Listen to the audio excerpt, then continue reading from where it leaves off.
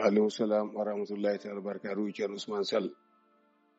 So wona wiide alhamdulillahi rabbil alamin alhamdulillahi rabbil alamin alhamdulillahi rabbil alamin.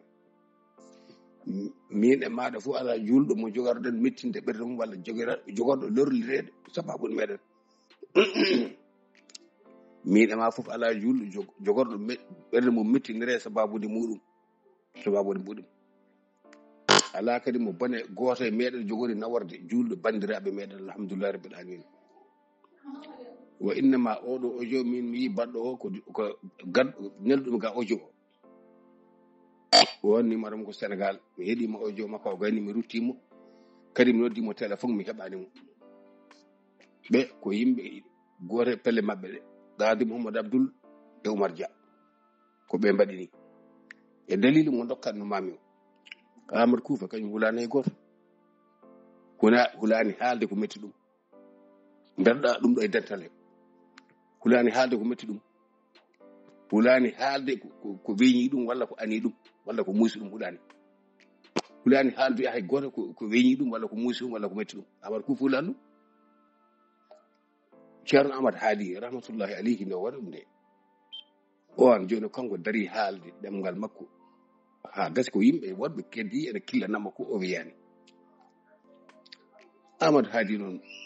daraja mum e martaba mum e ɓural mum ɓuri o fof on o darima o haalni yimɓe gonga saka min ngel ga e teskinde ɓe yoɓe tinno ɓe mbatta hakkillaji e koɓe kaala ko min neldimi ga henne o jo o ko Sénégal najo nde o haali o gayno o rewne ko ƴettoje mi jaabimo e joni mbima Amadou Koufa kay wima kam mi rento kono rewnani hen ƴettode ƴettaki mi battimo audio mi noddimo téléphone kanko baɗo ɗum o omo waɗi wutte mbasin bulo e kaala e dande ko numéro Sénégal to no neldirimi o jabaki mi a faami Amadou hulani hay goto Amadou kadi waɗi nasaha tigi rigui onon on jangi e defte heke ala inna man andara faqad bashara kala dentinɗo ma weltinima o yiɗa wiyede woto o wiye ko gonga woto toñam woto wiyam ko gonga makko saɗa jogiiɗo gonga e mo ala gonga fof ɓaade kay ko kalɗa ɗo so tawi ko gonga walla so kanade ɓaade jomum mbima ala woto wiyam noon woto wi ɗum noon ɓaade welani mo woto wiyam noon woto wi noon jomum ene woodi woto wiyam noon woto wi noon jomum ko gonga min to banggal hooram amma kanko baɗɗo audio wona Amadou Koufa wi ko kamɓe mbi Amadou Koufa so felliti haalde ko kañum tan haalata yimɓe fof keɗo ndaara oɗon baɗɗo kaala e dande waɗa defsil muɗum dañan hay duuɓi 3 ene wiyami naggam ene wiyami naggam ha o jarama min jogodirmi ha jogoyi Amadou Koufa mbiɗo wotom mbiɗum wotom toñ ɗum yo yerloya fof mi wiyani mi toñani mi wiyani mo min ko yo Allah dandam e toñde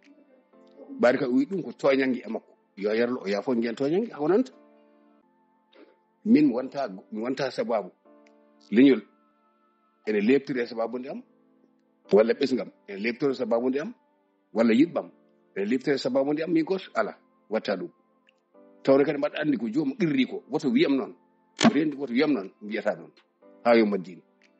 gattiri hakkillaji moɗon ndejon mbasa on jabodirde mabɓe ɓe o neli oɗo noon baɗɗo audio haali ko o wona Amadou Koufa neli ɗum Amadou Koufa hay goto hulani hay goto kadi suudata ko ne makko hay dargo ɗum ala hen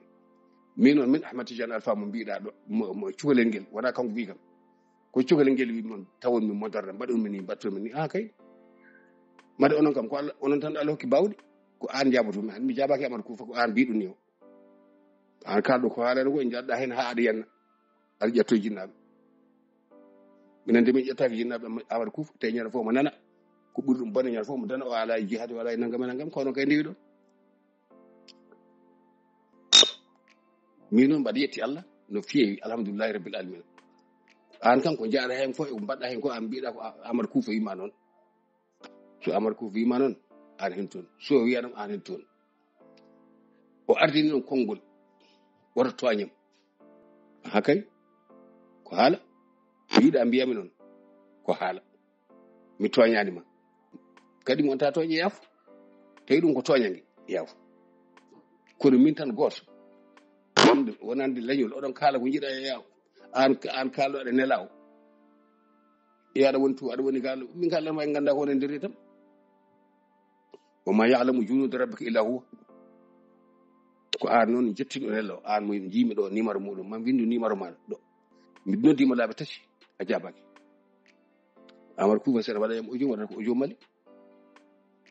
daro yalta yimɓe fof ne yaltirta ni an noon mataw ɓe mbimami ɓe pelle moɗon ɓe Mouhamadou Abdoul Sow e Cheikh Oumar ko ɓeɗo ko duyma yam so on kayti dañde sagoji moɗon noon inchallah on dañata sagoji moɗon yam ɓari kay o ardini woto wiyam walla o rentini on gonta dañ on kayti wassalamu aleykum wa rahmatullahi taala wa barakatuh saka oɗon mbiya Ousmane Salen walla waɗi ala ɗum o taw on hen ko min goto ko min wino min ko min tan jogoto bakkat walla ko min tan toñata ala ko noto ne heddiɓe ala woto wiyam noon mi wonta wiide noon a yiiɗa wiyede noon mi wonta wiide noon wassalam